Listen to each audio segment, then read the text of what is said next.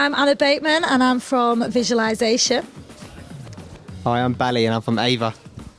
Guys, this is your second AVoverIPoE event. How did it go for you? Really fantastic event. I love the event setup today here at the Etihad Stadium in Manchester. The way that the different meeting rooms and the different technologies being laid out, so you can really get sort of interactive with the technology, has been a really clear setup. So it's been a great event, and again, some really good speakers too.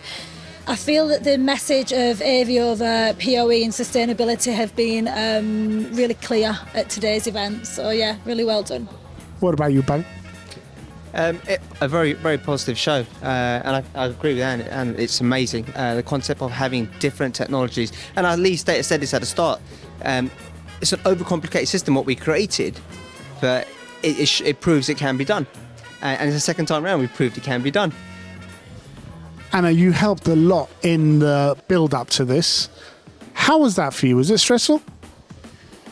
Yes and no. There were times when I was wanting to be concentrating on the presentation I was delivering today, but I might get a phone call about RAM's documents, etc. as well, so that I'd be jumping onto. So at times it was slightly stressful. But Who was that? Who was that? Sia, that was you, my friend. That was definitely you. But of course, happy to help always, and it's about being a part of the event as well. But yeah, I've really enjoyed it, and I've enjoyed creating the sustainability content as well, because obviously it's a passion. I want to introduce Steve. Steve, do you want to come in, jump in on this one? Steve is about to go, so I wanted to catch him before he went. Steve, how did the event go for you? Yeah, it was really good, thank you. Yeah, it was great to see everybody, and it's good turnout, better than the first one. So obviously the marketing's working. Yeah, I mean, I'd like to have shown a little bit more of my technology, but within the scope of what we had, I think it was a really good event and really well attended, and I think people took away some really interesting points from it. So, Bally, I wanted to ask you, what kind of questions were you asked by some of the attendees?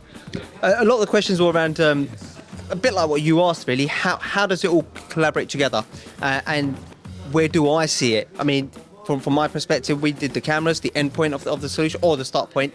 It could be used in any environment, and we showed that today. And that was a couple of questions: where, how, what is the purpose of this? Those were the kind of questions I was asked. I think what's really unique about WyreStorm is that you've got almost every iteration of, whether it's a 1 gig system or 10 gig system. Tell me a bit more about WyreStorm, because I don't think enough people know about WyreStorm, especially in Europe. Sure. We've been going for nearly a dozen years now.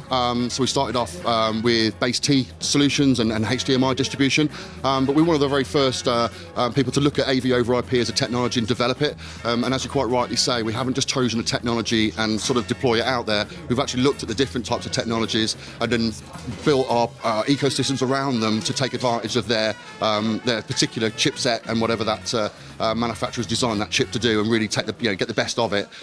Which means that we can obviously very much scale a project based on its size, or indeed its value, or indeed any other sort of networking requirements. Especially if you're jumping on an existing network, you might need to keep bandwidth levels low to keep the IT guy. So maybe H.264 would be the right way to go. But again, this is all about education. I think we said before, this is very much like the car industry. I think AVoverIP is the electric car.